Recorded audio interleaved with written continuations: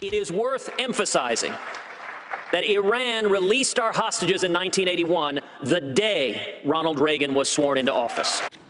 Which is true. But he didn't do it. Ronald Reagan didn't do it by waving a magic wand as soon as he got inaugurated. Jimmy Carter did it. As President Carter campaigned for his re-election in the 1980 campaign, Carter administration officials were hard at work in negotiation with the Iranians to get the American hostages out. And the Iranians, by all accounts, really hated President Jimmy Carter. I mean, they hated America generally, but they particularly hated President Carter. And they negotiated a deal to free the hostages that would go into effect the day that President Carter left office. And so Ronald Reagan had his inauguration day. At 8:31 that morning, the outgoing President Jimmy Carter advised the incoming President, Ronald Reagan, oh, by the way, the hostages are getting out today. And then Ronald Reagan was sworn in, and in Tehran, the planes carrying the hostages took off. And at 2 in the afternoon that day, the newly sworn-in President Ronald Reagan was able to make the announcement that at long last, after 14 months, those hostages were coming home. And then the first thing that he did as a former president, Jimmy Carter, who negotiated the release of the prisoners and who got it done as his last act as president, the first thing he did as a former president is that he flew to Germany to greet the freed Americans.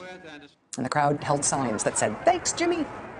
He did it. It took him to the very last moments of his presidency, but he got them out. This weekend, Marco Rubio raised the specter of President Reagan while he lambasted the Obama administration for getting 4 Americans freed this weekend from Iranian prisons. So under President Rubio, you would have not have negotiated any sort of prisoner exchange for those 4 American hostages? When I become president of the United States, our adversaries around the world will know that America is no longer under the command of someone weak like Barack Obama. And it will be like Ronald Reagan, where as soon as he took office, the hostages were released from Iran. Because Jimmy Carter made the arrangements. It really wasn't magic. But Senator Rubio is saying, essentially, that he himself is like Ronald Reagan, in that he would never trade anything with Iran. He would never negotiate with Iran on American prisoners or anything, just like Ronald Reagan.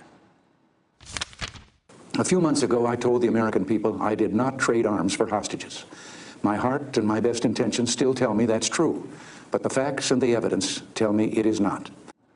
After Jimmy Carter got the 1979-1980 era American hostages freed from Iran, President Reagan, during his presidency, had to deal with a new slew of American hostages taken by groups supported by Iran, particularly in Lebanon. And not only did President Reagan negotiate with Iran to try to get those Americans freed, he negotiated a deal that involved illegally shipping Iran a bunch of weapons in secret. And did I mention it was illegal? And it didn't work. And it was the biggest scandal of his presidency and one of the larger and more salacious presidential scandals of all time, particularly since it resulted at one point in the criminal indictment of most of the president's serving national security staff.